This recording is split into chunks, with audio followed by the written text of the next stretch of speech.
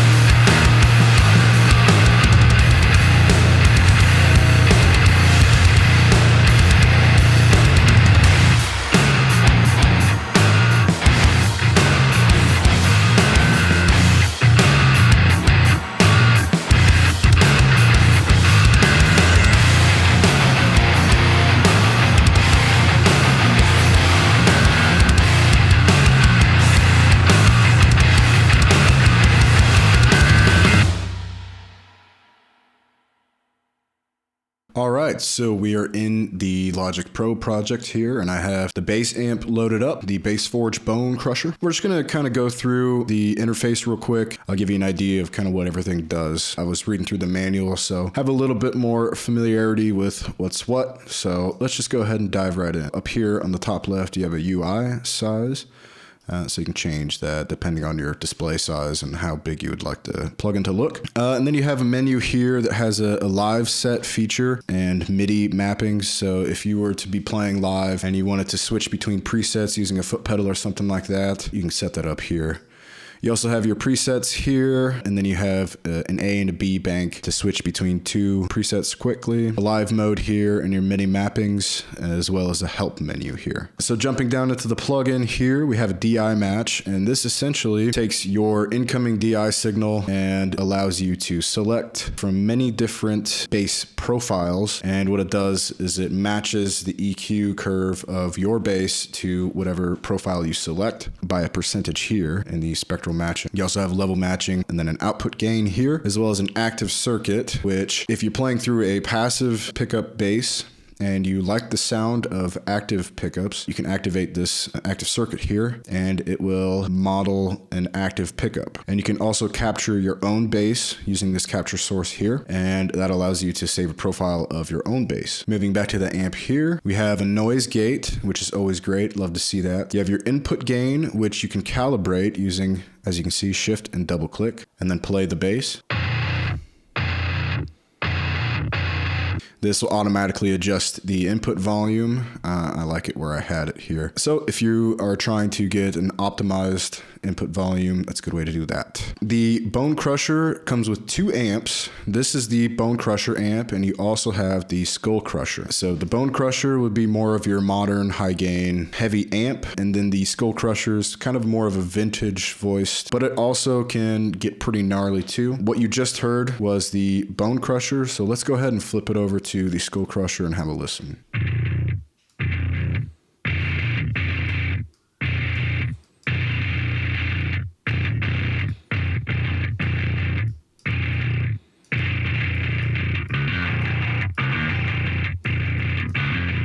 So yeah, it has a little bit more of a vintage voicing to it. And you also have the clean to nasty slider. It's basically a slider between a clean channel and distorted channel. And then you have 7-band EQ here. You have two presets, A and B. And then you have drive, so essentially your gain. You have a contour, which is a scoop, basically scoops out the mid-range. And then you have thump, which controls your low end, and bark, which kind of controls your high end. Think of those as like a presence and a depth kind of knob that you can adjust. Let's go back to the Bone Crusher amp. This is the one I prefer. It sounds better to my ears, at least for this specific project. And then we have a bunch of knobs here. So we have the gravel, the grind, and the crush. These are going to shape your distortion. The gravel, adjusting this is basically a tilt for your distortion character. So all the way down is going to be more of a high-end boost, and then all the way up is going to be a little bit more bassy. The grind is essentially a distortion amount and mix kind of knob. The higher this is, the more distorted. And then crush is a high-end kind of distortion as well. It adds a little bit of a different character of distortion in the high end. Let's just play really quick through these knobs, and I'll kind of show you what they do.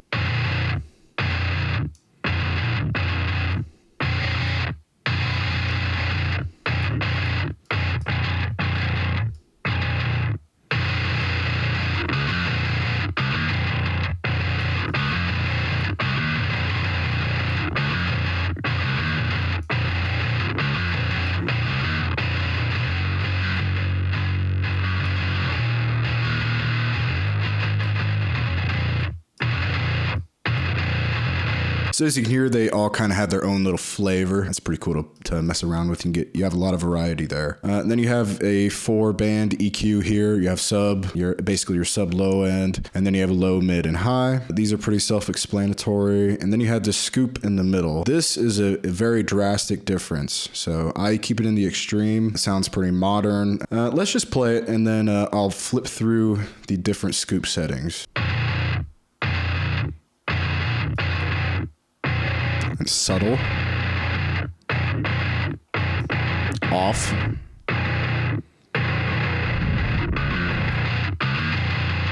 yeah. So as you can see, it's a massive difference, really. So I like to keep it in the extreme. It sounds the most modern, most pleasing, at least in this mix. We have the master over here, master volume, and then an output volume, as well as a tuner up here in the top right corner.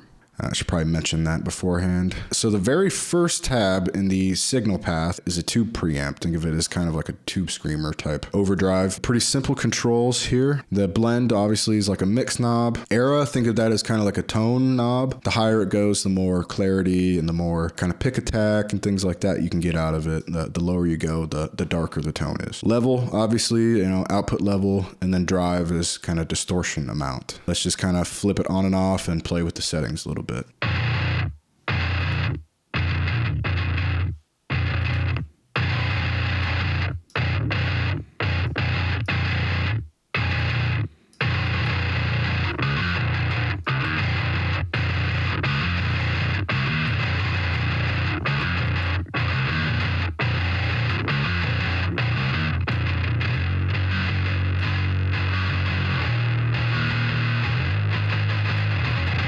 I think it sounds fantastic. I really dig the sound of that. It adds a lot of clarity and a little bit of aggression to it. After that, you have the amp, and then we had the impulse response module section here. So you have two different options, two stock options, I would say. The JST matched cab here is basically your built-in, ready-to-go sound. Then you have this Ampeg 8x12.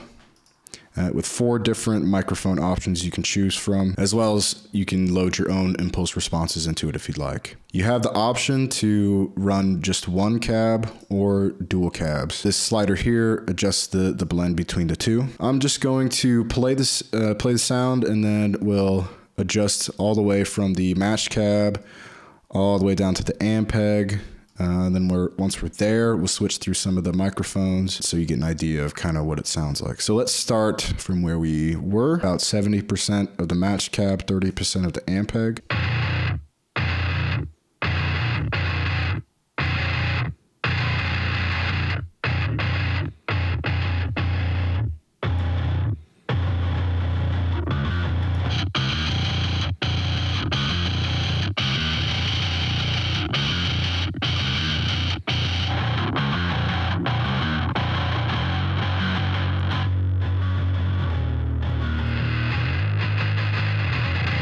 So a lot of different variety here. These two microphones I find to be a bit harsh. So that would probably be something you'd want to blend in, maybe with the sub kick. You can by all means do 2 Ampeg cabinets and just have fun, experiment. I do really like the U87 sound. It's very aggressive. It's a nice barky mid-range. So I'll definitely experimenting with that one in the future. Next, we have the effects module here, which you have a bass, chorus, and a reverb.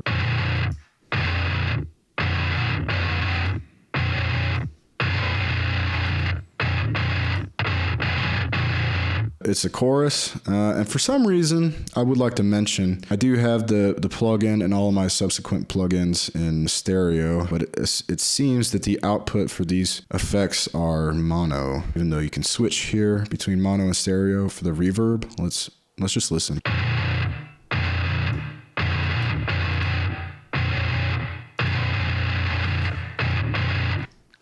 Yeah, it just, to me, it sounds mono the entire time, so I'm not sure what's up with that, but you can play with these effects to your liking. For me personally, I'm not huge into effects like these for a bass tone, but the option's there if you want it. Next, we'll move on to the EQ section, and here you have two different options, the digital and analog, and it must be said that you can use both of these at the same time. You can kind of scoop out any annoying resonances or anything like that, kind of sculpt your tone with the digital equalizer, and then you can also move over to your analog equalizer and kind of sweeten things up where you need to. So both are active. And then finally, we have the compression and limiting module. This is the final output of the plugin here. And so essentially here you have like a multi-band, well, dual band compression, and you have a crossover point here. So 186 Hertz. Everything below that is going to be compressed or limited by bank A, and then everything above 186 Hertz is compressed or limited by bank B. And you can switch between the two here. If you'd like to compress your low end instead of limit it, you can do that also with your high end. There's also a mix knob in the middle and solo and mute options for each bank. Also, one other thing I should mention here, in the signal path, it shows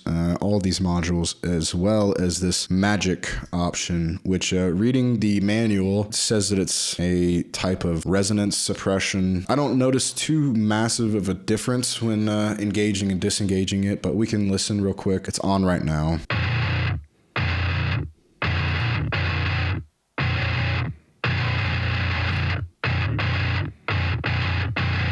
I do notice maybe there's kind of a little bit of like odd like throatiness when you turn it off, which maybe, you know, could negatively affect your mix. So I just leave it on. It sounds good that way. That's essentially the bass plugin in a nutshell. And now quickly I'll go over my post-processing after that and kind of show you how I achieve the final tone. Right after the bass forge, I have this double tap by Submission Audio. It's essentially another dual band compression. You can compress your low end here, adjust the volume of the low end, and then compress your overall signal, and then adjust the volume of your overall signal there. There's also saturation, two different styles of saturation. I leave it on the grunt style of saturation. It's an aggressive sounding saturation. You also have this EDM button, which is basically just absolutely slams the compression and the saturation. It's a little too much. It's more suited obviously for EDM. That's why it's called that. Moving on from that, this is a new plugin that I've been kind of experimenting with. This is the Curves Equator from Waves. This is another resonance suppression style plugin. Think something like Soothe. But yeah, it's a kind of taming resonances along this curve, which you can completely adjust. I'm still pretty new to this one, so I'm kind of experimenting with it. Okay, the next part of the chain is a pretty important part to get the bass to glue with the guitars. This plugin here called Side Widener 2 by JST is it's a stereo width plugin. Now, you wouldn't normally associate stereo width with a bass guitar, but that's why I have but. The important part here is the high pass up at 320 Hertz. So essentially, think taking the sub low end, keeping it mono, but also taking the high end and mid range and kind of pushing that out to the sides a little bit. What that is doing is I'm going to solo the guitars along with the bass, and you're going to hear it kind of blend the bass in with the guitars a little bit more. I'm just going to toggle the side widener off and then on. Right now it's on.